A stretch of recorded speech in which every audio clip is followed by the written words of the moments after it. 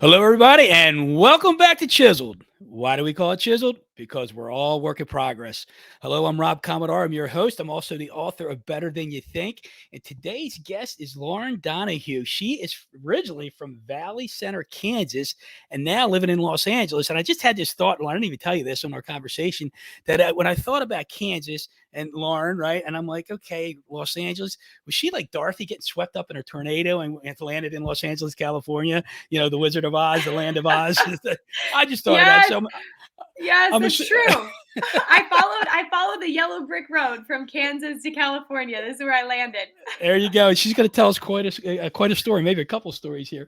So I just met Lauren, a couple months ago through a mutual friend because we had been talking about maybe setting up a weekend retreat for personal growth and development and helping people grow and become the best version of themselves.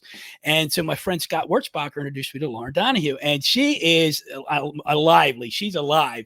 You're going to hear her energy. If you see a video clip, you're going to see her energy. She's got a smile that just lights up the day. And I'm excited to chat with her. So today's podcast is going to be about being unplugged. And so, Mm. Lauren, what I like to start out with, I love for you to share with the story, like how you came up with this unplugged idea that you have, because it's really interesting. Yeah, well, first and foremost, thank you for having me. I'm honored to be here, and shout out to Scott for introducing us. I love the way that life works and the pieces just come together and we get connected. So I'm excited to be connected with you and your community here and everybody that's listening. So thank you for that. Thank As you for far being as here. yeah, as far as Unplugged, it's a really cool story because most of my life I've spent pretty plugged in. I've had access to technology. There's never really been a time where I wasn't in a place where I had an outlet. And so in 2014, I ended up in a place with zero goose egg outlets. And if you can even imagine that, I think if we all just looked around in the space we're in right now at how many things we're plugged into. I have a red light plugged in, I have two fans plugged in, I have my computer plugged in, I have my phone plugged in, my curling iron plugged in, lamps. It's bizarre to think about how many things daily that we're plugged into, literally, and then also figuratively, right? And so when I found myself in this place with no outlets, it was a cave, just for everyone that's listening. It was a cave. I had a lot of time to think. I ended up living in that cave for 60 days. So a 60 days in a lot of cave. time with no outlets, no technology, no devices, nothing to plug into. And I really thought about how I thought I couldn't survive without my fan. I called my fan my biggest fan, and I would take my fan with me to, like, if I went to spend the night somewhere or even traveling, I would put a fan in my luggage. It would take up the majority of my bag to have this fan with me because it brought comfort, right? Comfort being I could sleep with when I had the fan noise, or if I have my smoothie maker, then I can be comfortable because I'm getting my nutrients that I need, and my phone to connect with people. And so there's all these things that I thought I really needed to survive, that I thought if I didn't have this, I won't survive. But I had an awakening, if you will, with that on what we actually need to survive. And truly, it's in these spaces where we're really uncomfortable that we grow the most. And so I would say that was in my entire life the most uncomfortable I've ever been is when I lived in that cave. But so And what led to the cave? I mean, the story about, I mean, if I can yeah, say it, the reality part, the reality TV show part, please. yeah, exactly. Yeah. So it was a show, and I was anonymously submitted by someone from my co-ed softball team. They quote wrote, Lauren needs somewhere to unleash her inner competitive nature, not on the co-ed softball team. That is So so great. yeah, and I will say 8 years later, it's still anonymous. The person has not come forward. And I think it's probably because of the condition that I came out of the cave in that they felt so bad about. So they were like, I am never going to tell her that this is what happened. So yeah, so in that cave, I learned a lot of life lessons. I'm happy to share a few of those here.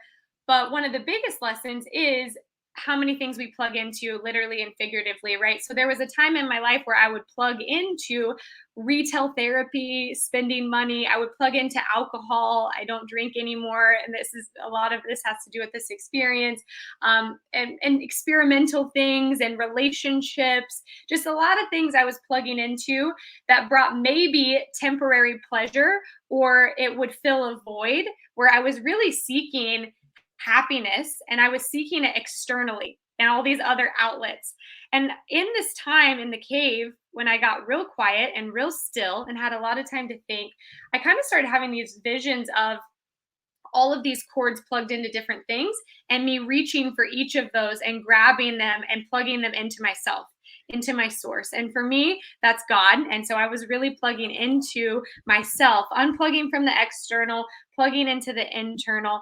And it was like in this moment, my whole entire life made sense. All the dots connected back of why that relationship didn't work out, why I didn't get that job, why I moved to that new city, things that I couldn't really explain at the time. Things when you kind of think too, the world's ending, life is over, everything that I wanted, I'm not getting, what I'm praying for, I'm not getting.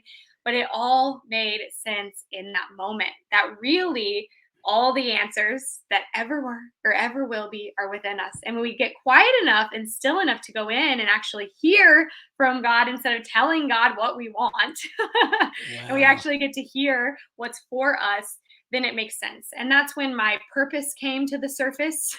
I finally knew my why. I had always thought if I wasn't a professional athlete or a professional musician, then God just forgot about me. What Yeah, about me? right. And Right. I got clear that my purpose here, my why here is to facilitate relationships so we can all live in a more connected world. Period. And when I look back on my life, that's all I'm ever doing is connecting people, bringing people together so they know that they belong, that they have a reason to be here, or my grandpa would say, a raison d'etre, which is French for reason for being. As long as you know that, you will keep moving forward. And so that is where Unplugged was born. That's amazing. You know, the irony of what you said there, though, you said this unplugged experience that you had led to a purpose of connecting. So unplugged and connecting, Hmm. polar opposites, right? And Yeah, so yeah, I think that's so awesome. You had to get unplugged to learn how to connect. I think that's an right. awesome story. And thank you for sharing that. So I got, as a lot to quote unquote unplug here, unpack is, Yeah. so you're in a cave for 60 days and you were with some other people, correct? Yes, yes, there were actually 6 of us living, quote, unquote, "in the past." That was the cave. There were also 6 people living in the future, and we were separated by a glass wall. So, therefore, we could see everything they had that we did not have, and they could see Oh my everything that we didn't gosh. have, right? So, there was a lesson there in at some point, I invited our group, the cave mates, to stop looking over there at the things that we didn't have and be focused on what we did have and be grateful for that. And that Wow. really helped us to move forward in there because we weren't coming from this lack scarcity of, oh, look at all the amazing things that they have that we don't have, and then feeling like we were less than or we weren't enough, right? But we actually were so grateful for what we did have. And that changed, that shifted everything. So I took that lesson out into life outside of the cave as well. I don't need to be scrolling Instagram, looking at the cars and the houses and the relationships that I don't have. I get to be so grateful for the apartment I have and the car I have and the family I have, that this 5 years ago is the dream life that I wanted. And so to remember that instead of always wanting something more external beyond reach. Yeah, that is amazing. And it's an amazing lesson there because, I think we all suffer from that because we so much want this, and this. And we're always thinking about achieving and getting and attaining instead of looking within and saying, man, what do I have? And how can I be so grateful for what I have? So that's an amazing lesson there. So the other question I have for you is, okay, you're there 60 days and you said you found your purpose, you found your why. You didn't find it on day two, right? I'm assuming you didn't find it on day two, right? so, No. so you there was it the first like week, 2 weeks? You're really struggling, and finally you had to settle yourself down, and then finally you Mm. got quiet, and then it started to come to you. And we didn't have a conversation about this audience, by the way. So I'm asking because I'm assuming that's what I would picture and envision. So can you share a little bit about that? Yeah, I went through all the phases. I know there's, I think, 5 phases of almost grief, which is something Okay. that happens when something changes. Something that life as we knew it is no longer the same, whether we lose a family member or lose a job or just the relationship dynamic changes, right? So I feel like in this situation, number 1, I felt um like almost deceived because I thought the show was called The Fierce Competitor. And so I thought I was going to do something to compete for $100,000 where I would be jumping out of airplanes and hiking crazy mountains and come back in the best shape of my life. And really, it was completely the opposite. And the show was called Opposite Worlds. So it was opposite of what I had thought, I was going into. And it was really something that was going to shed everything off of me and every material thing. We actually went into it not owning anything. So that was another huge life lesson for me, is that in life, everything is borrowed. We actually don't own anything. We don't own our parents. We don't own our cars. We don't own anything, can be taken away in the blink of an eye. So to be so grateful for the time that we do get, right, in those. Wow. So I went through those stages, I think, of grief, of like, I was angry. I was upset because I In the felt, cave, you were upset in the yeah, I cave? was mad, but it's not like Okay. I was externally showing that or being angry at anybody, but internally, I was going through these phases of, wow, I feel like I was lied to. I feel like I was betrayed. What is this? Am I on punked? What is happening? I really didn't know at first. I was very confused. And I think that's part of like anger, you're confused, things like that. Maybe even denial of like, am I really here? Because we were stripped of everything. We actually were blindfolded and stripped down and put into like cave outfits, and everything, all of our luggage, our cell phones, everything was taken away. I didn't see that again for almost 70 days. Anything that I Wow. actually quote unquote owned, right? And so there was that phase. I also was really hungry and really cold. It was during a polar vortex. This is in Louisiana, and it was like negative 13 degrees, sleeting, ice, and we're in cave. We didn't have blankets, and it was basically like anything that you wanted you couldn't have. So if Uh-huh. you had an itch, there was nothing to scratch it. If you had like bumps from something biting you, you couldn't put ointment on it. You couldn't put blankets on to get warm. You couldn't get warm food because you're hungry. So you're hungry, you're almost starving. I lost 30 pounds in that time, Wow. and I didn't have 30 pounds to lose. So yeah, I kind of went through those stages of being confused, angry, sad. And then it came to acceptance, right? It came to acceptance. And I thought, okay, this is my life. And I really believed at that time, I think because I was kind of emaciated, not getting nutrients, losing a lot of weight, this was my life now. Like, this is my new normal. And this is how Mhm. I'm moving forward. I sleep outside in the dirt. I don't have 17 pillows like I normally have on my bed. I don't have my fan. I don't have my eye mask, which I did end up using a squirrel skin to put on my eyes. A squirrel skin. That was I gotta next ask, level. how'd you get a squirrel skin? How'd you get It that? was it was in there. It was in the cave. I think they left a couple things in there that for whatever use. So yeah, so it got to acceptance, and then I got to whatever the next phase after that is. I would say probably happiness. Like, I became happy in the environment. And I would say this all happened over, it happens pretty quick in there. Okay. I would say over like 21 days. And then I Okay. was happy. I felt like this was my new normal. I could live like this with the bare minimum, right? Bare, like not eating much food, not having the comforts of the normal world, and just enjoying, and this is where it gets good, human connection and real, deep, meaningful conversation.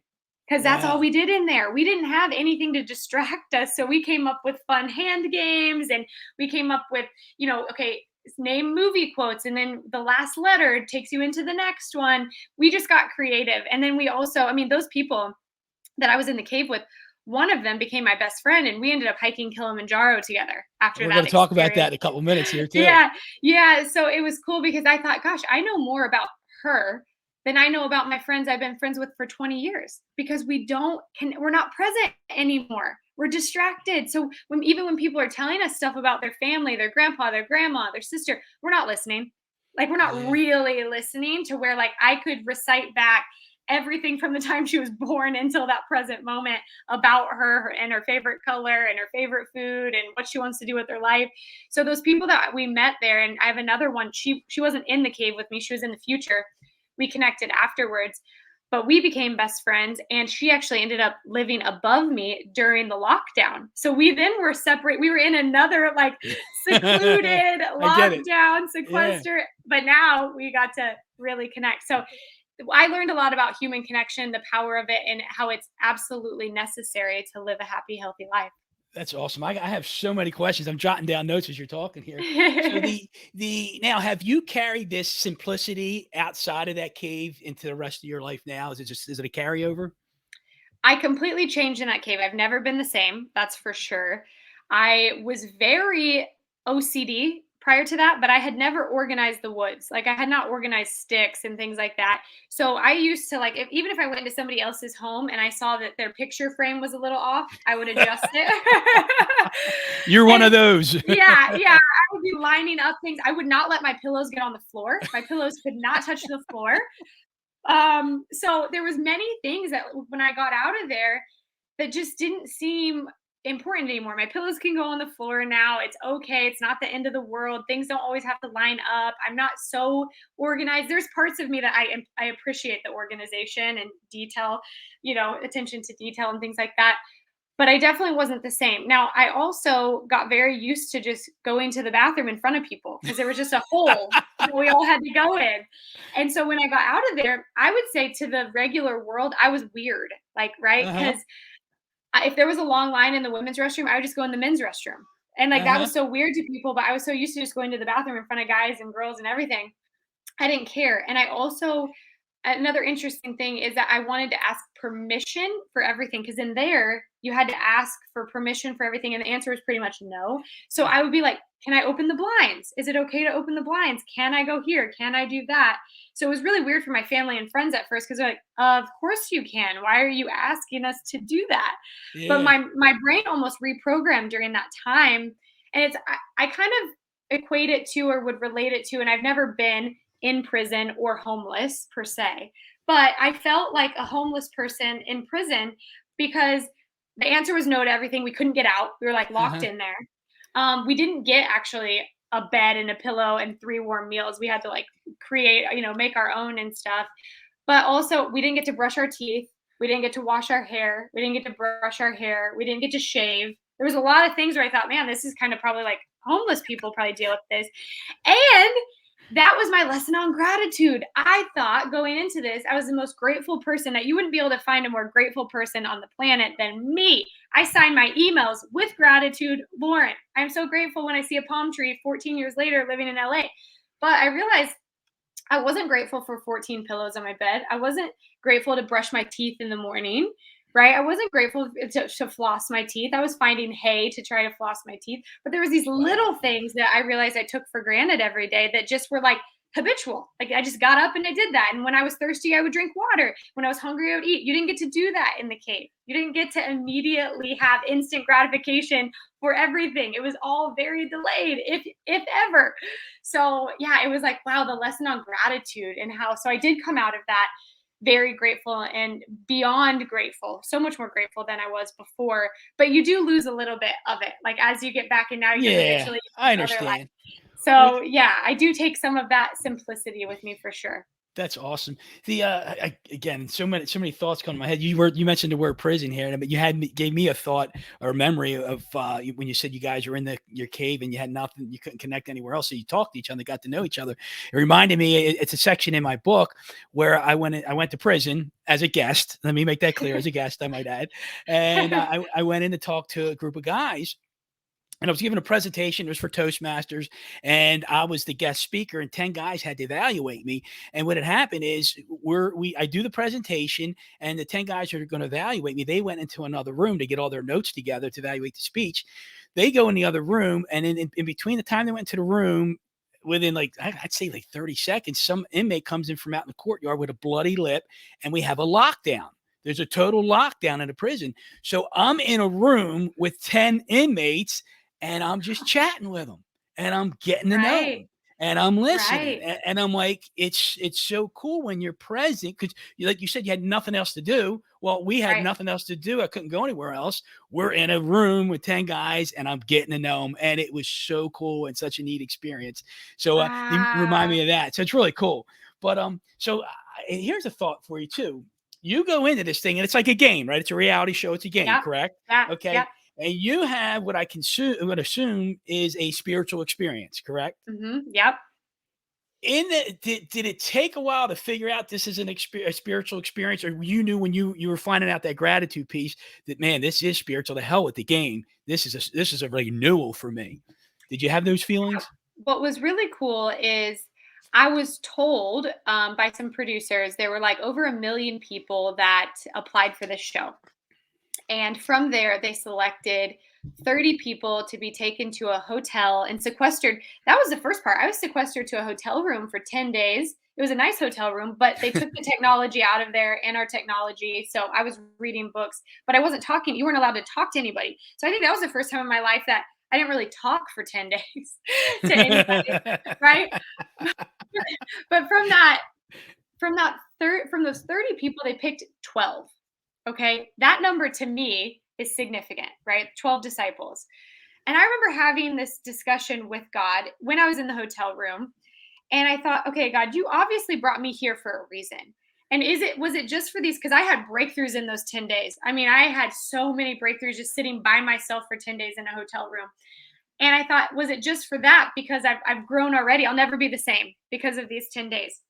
But if there's something more for me and you have me here for a purpose and I need to be wherever this, because I didn't know where I was going at that point. If I was one of the 12, I didn't know what the show was, what was going to go on, anything like that. And so I was like, if there's something more for me there to learn, then you'll take me there. And if not, I'll go home. And either one I'm okay with. So this was my lesson in detaching from the outcome. I was not attached to, I have to get picked, I have to get selected. And if I don't get selected, that means I'm not enough, I'm not pretty enough, I'm not smart enough, I'm not good enough. I didn't make it mean anything. I was just like, take me where I need to go to grow the most. And God took me to that cave. And I didn't know Wow. it was going to be a cave either, which is like, wow, okay. Strip me of everything I've known. Give me the opposite of what I was desiring in this. I wanted to come back in great shape. Now I'm coming back emaciated. It's going to take me a year to recover. Truly, it did take me a year. And so God took me there. So I knew I was there for a reason. So I was so open to the lessons and learnings. And then, too, like part of this is some person got eliminated in 24 hours. So God wanted me there 60 days, not 24 hours. But it's like each day that I was there, I'm like, oh, there's more. Because I was having a breakthrough every day. And I thought there's more, there's more. So there were so many. I should write a book on the lessons that I learned in the cave. Just truly, there's so many. What are you going to title that book? Unplugged? Yeah, Unplugged. Yeah, cave times. What about the cave times? Remember the cave times? Yeah. So yeah, Unplugged for sure. But yeah, so I knew I was there. So I was very open to all the lessons that were coming through. And so I knew it was a spiritual experience. I knew it was where I was planted and meant to be for that season and that time in my life. But I did not know that it would birth my new brand of Unplugged. I did not know that going into it because I didn't know I was going to be unplugged. Right. So tell us. Well, before we talk about the brand, though, I do have one more, I guess, side note. You said you went through those 5 stages of grief, let's call it, right? And the betrayal. You were hungry. You were a little angry. You went through that part of acceptance and then happiness. So I guess the message, it's almost that I want people to hear is that in this time when things were taken away from us, because in real life sometimes things are taken away from us and we're angry, right? We're resentful, we're pissed off. Yeah. But then when we learn to be open, because you used the word open a couple times, Yeah. when we learn to be open and say, okay, what is the lesson in this moment for me? For gosh sake, you go into a contest as a game and you have this spiritual experience, and like, God's working on you through a game, right? Yeah. And so I guess the message when people hear it's in quietness, in quiet time, in silence, in solitude. If we pay attention and even have, like you said, have a conversation with God, things come to you. And it's in those quiet times and detaching yourself from whether it's the electronics or the noise, if you will, and then just be open and let it come in. And it's so amazing, so beautiful that you had that experience and you're still having these experiences, which leads to your brand, if we could talk about for a little bit. Yeah, something you said there too was so important. And it's this idea of taking a time out on purpose. And a lot of times, when we were younger, we get sent to timeout. What did they do? They took our devices away. So we had this time by ourselves in silence to reflect on our behavior, how we may have impacted someone. And I can only speak for myself, but when I would come out of timeout, I would apologize and say, I'm sorry for my behavior and what I did and how I hurt you, right? But what happened in 2020 lockdown is everyone got sent to timeout with their devices.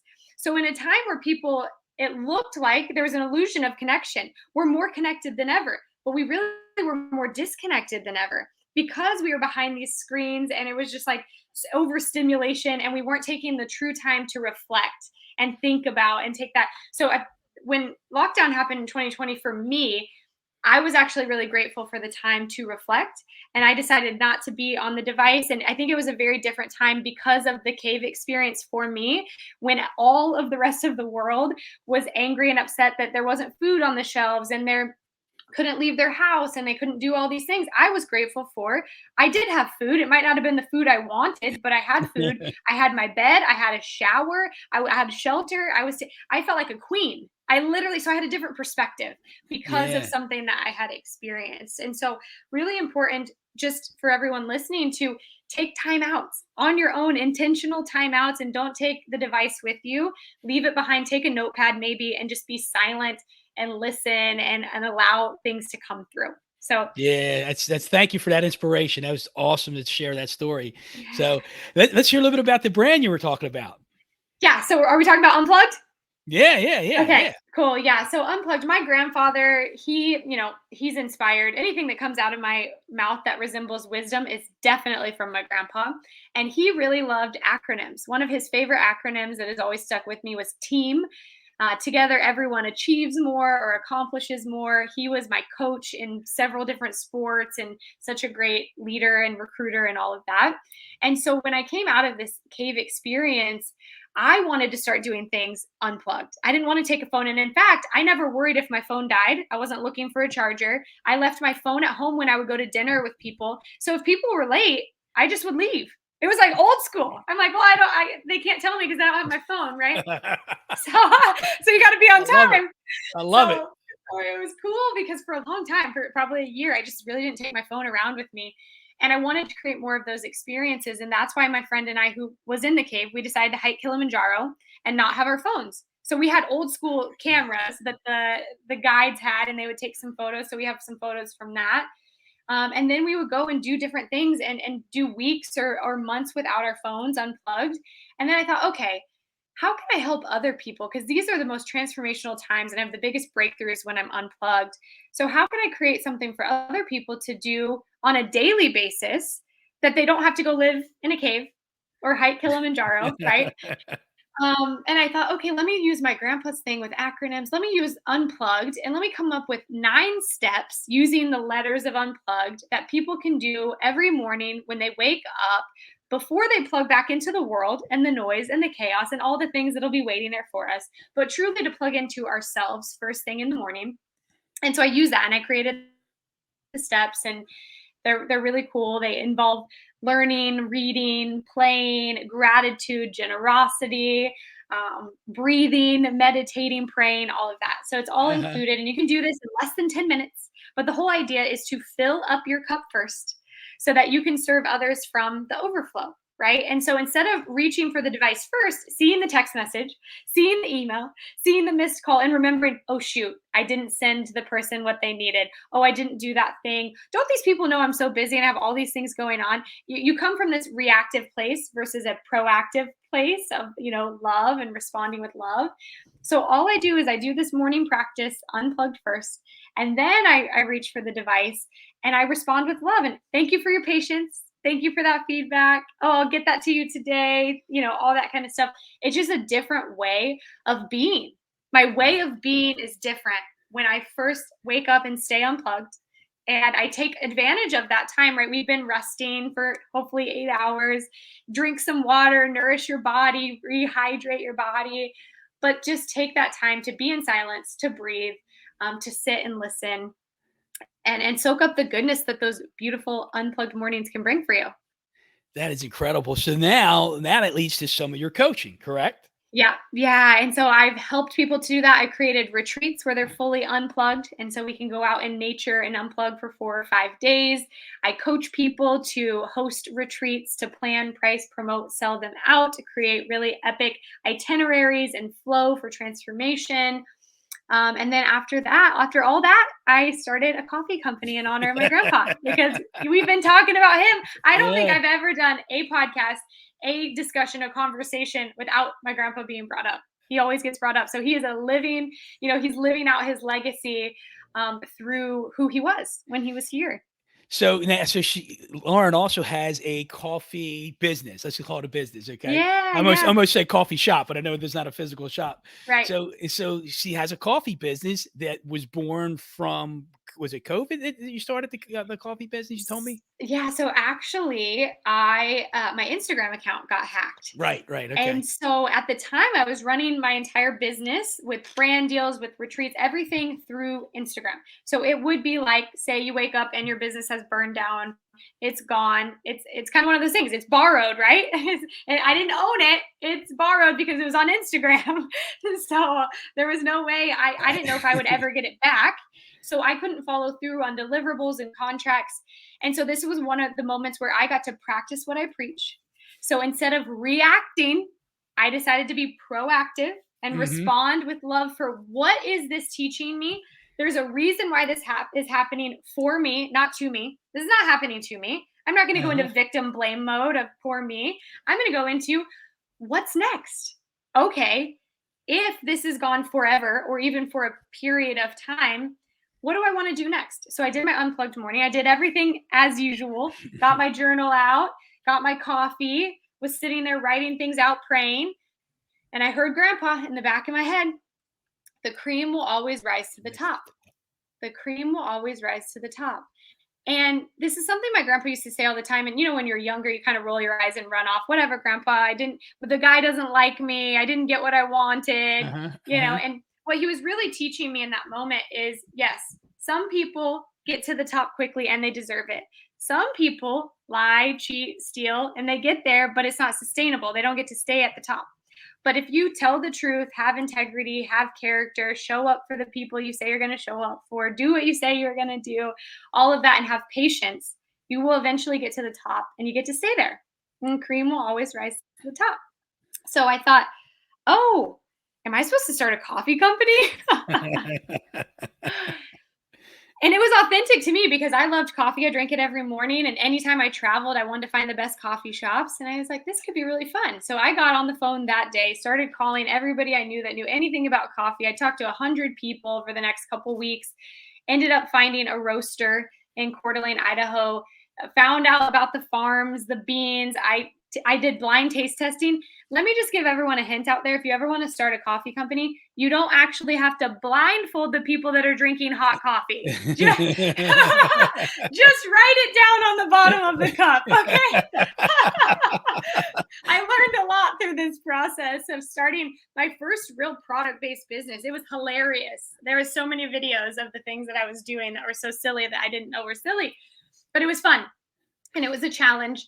And I was determined to have that first roast that I named after my grandfather. So the Raleigh roast, we donate to Parkinson's Foundation in his honor. And I was determined to have that before he passed. And so he got to be the first taste tester of the Raleigh approved Raleigh roast. And it was amazing. And I have that on film too. And I'll cherish that forever. So yeah, I just decided to go all in on it because I didn't know what was going to happen with the other business, if it would be gone forever. And I gave my full time and attention to that. That's amazing. I'm so like enamored by this conversation and your energy, the smile that I get to see on the screen, and others will see it later. But a couple key things you talked about is like the borrowed thing, right? Mm, You keep moving forward. It seems like that you're moving forward. You might have something, and you have an obstacle, challenge, whatnot. And okay, it's not mine anyway. I'm borrowing it. I've borrowed it. Now it's time for me to borrow the next thing, and the yeah. next thing. And it sounds like, and correct me if I'm wrong, I feel like you're doing it in honor of God. Is that correct? Absolutely. Yeah, yeah, which Without me is putting words in something, your mouth. yeah, which is something that my faith came from the example that my grandma and grandpa set for me. I don't think I would have the faith that I have without them. They had me in church from the time I was born, and encouraged me to come, and never made it an obligation. It was always an invitation, which is a huge difference in life, that I was invited. And so I wanted to be there. If I felt like I was obligated and they were making me, I probably wouldn't have gone. And so they were those type of people who were always inviting and just welcoming you with open arms and love, and never tried to tell you what to do, but showed me what to do through their example and who they were. I'm almost speechless. That's so cool to hear. So, Yeah. because I think you said being invited instead of feeling obligated. I think a lot of times, whether we're leaders or whether we're followers, sometimes you like if you're a leader, you might make somebody feel obligated to do something. And the lesson Right. here is to learn how to invite them over Right. and over and over again, because that sounds like it's what happened with you. If you're the follower, you might have heard an obligation, and maybe you're fighting back or you're resisting. Yeah. Instead of maybe have a conversation later on, I'd be more open to do this if you just invite me instead of tell me to do something. Right. Sound pretty cool, right? Yeah. I mean, it's beautiful, whether that's in life, business, or relationships. Even in relationships, if you feel obligated to do something, even if you wanted to do it, you might rebel against that and go, even though you wanted to. But if they invite you, it's an invitation, not an obligation, you're going to go. So I'm thinking as you're talking, like invite people to do things, encourage them to do things, don't tell them to do things, right? 100%. And walk the talk, practice what you preach, and be that leader. Because I have lots of friends who just watch me go to church. They watch how I show up for my friends, and then all of a sudden they're in church with me. And it's like there's an invitation, there's no obligation, and there's no judgment, right? But they No. see me living my life in the way that I lead and live my life, and they ask about certain things, and I share. And if they want that same type of thing for their life, then they will go. That's what I do. I go where the leaders are, the ones I want to follow, that I like the way that they're leading their lives. And then I go there into those spaces to grow. It's so wise, wise, wise, wise, right? And you said something else. You said things they happen for you, not to you. I've believed that. I've Mhm. read that, but it's so easy to fall into a trap. Like, why is this happening to me? Why is it happening to me? Instead of saying, why is this happening for me? So instead of Mhm. coming from a place of being a victim, coming from a place of curiosity. Why is Yeah. this happening for me?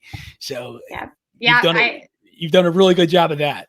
Yeah, I've seen it two ways, right? You can go down the victim route and see how far that gets you, right? A lot of times we hold on to our stories because we get something from them. It might be attention or people feeling bad for us or something. Or you can go down the victory or the victor route. It's like, do I want to? Here's the situation, and there's two ways. Do I want to be the victim or the victor in this? And I just choose to go be the victor because it's more fun. I'm happier. I don't have to like wallow in anything. I just get to like go be because I know life is short, right? I know Yeah. that, and I've lost a lot of people. They've changed form in my life, and when that happens, it's just like a reminder again that life is short, and I'm very intentional with how I want to live my life and the people I want to allow in and what I want to watch and read and listen to, all of that. Very aware of that and intentional. I'm writing down a few notes here, like some of the words you're using: intentional, aware. Hmm. You said reason for being, detached, right? All Yeah. these things are important. So, like I hear you didn't Mhm. say it, but I hear the word surrender in all this as well, Yeah. right? And you say gratitude. So these are so many important words and phrases and things. If we just grasp onto what they really mean, because we all like you sit there and you hold your hands in front of you and you got these fists. There's tension and tightness, Mm. but when you open it up and let them go, they call it relief and ease and calm. Mhm.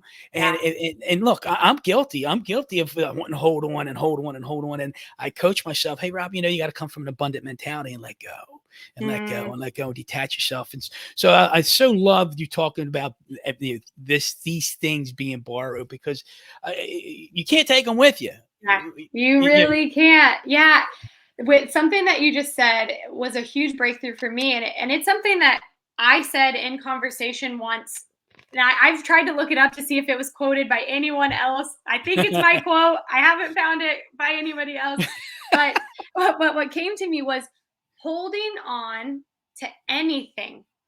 Holding on to anything is blocking everything. oh, Holding on to anything is blocking everything, right? So we think that if we're holding on to money, that we might be blocking money. But holding on to money, hoarding money could be blocking the relationship, the blessing of your life partner that you've been looking for. Or holding on to a relationship, maybe that's not serving you, could be blocking the abundance in your bank account. So these things Wow. don't have to be directly related, but holding on to anything, grasping the way you were doing with your hands there, and it hurts too, right? Like my nails Yeah. get pushed in, so it hurts. And so it's like holding on to anything and not seeing it as borrowed, right? Seeing it as ownership. This is mine, that whole mine mentality type of thing. But holding on to that is blocking everything. So all those things when you're like, why is this not showing up? Why I'm ready for the relationship. Why is it not here? If you were ready and you had released so you can receive, then you would already have it. So if you Wow. don't have it yet, look at what you're holding on to that could be blocking everything that you're really wanting to come into your life. And really, to what you said also, it's in that release that we can actually receive. It's like in giving that we receive and releasing that we Yes. receive. So awesome. Yes. So, Laura, before I let you go here, you've had, I mean, this amazing ride in just 8 years, right? A- Yeah. Yeah. And I assume and hope for you that there's plenty of years left on your travels, right, or your journey. Yeah. So, how much more chiseling you got going on from God in your life? What do you think? You know what's really cool? I love that we're having the conversation today, which we don't believe in coincidence, right? That all Right? happens. I had two conversations before this with people. One person I've known for 12 years, one I've known for 6 months, maybe. And I shared there was a period of time where I almost like, I feel like I'm always learning and lessons are coming through. But today, some real breakthroughs came through, and I thought I'm opening back up to completely new transformation, like new breakthrough that I almost had like closed off. And I don't know if that was related to losing, my grandfather this last year and also another father figure 6 months after that. There might have been a time of like cocooning and closing off and not allowing lessons to be birthed and come through.